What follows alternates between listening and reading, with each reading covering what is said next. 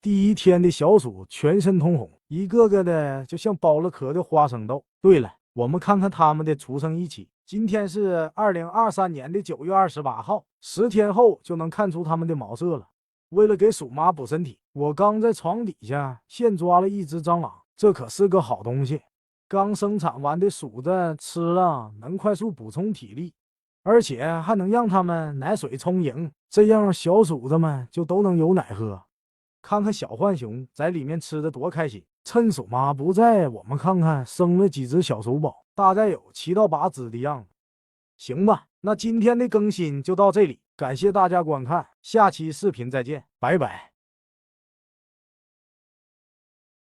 我们家一坨天天在家里睡觉嘛，今天让它出来锻炼锻炼。我们把它放在这个土上啊，然后用这个玻璃罩上，看它多长时间能挖出来啊？看一坨一进来就开始挖了啊，就这么一个地方挖出来应该不难啊。下面我们就静静。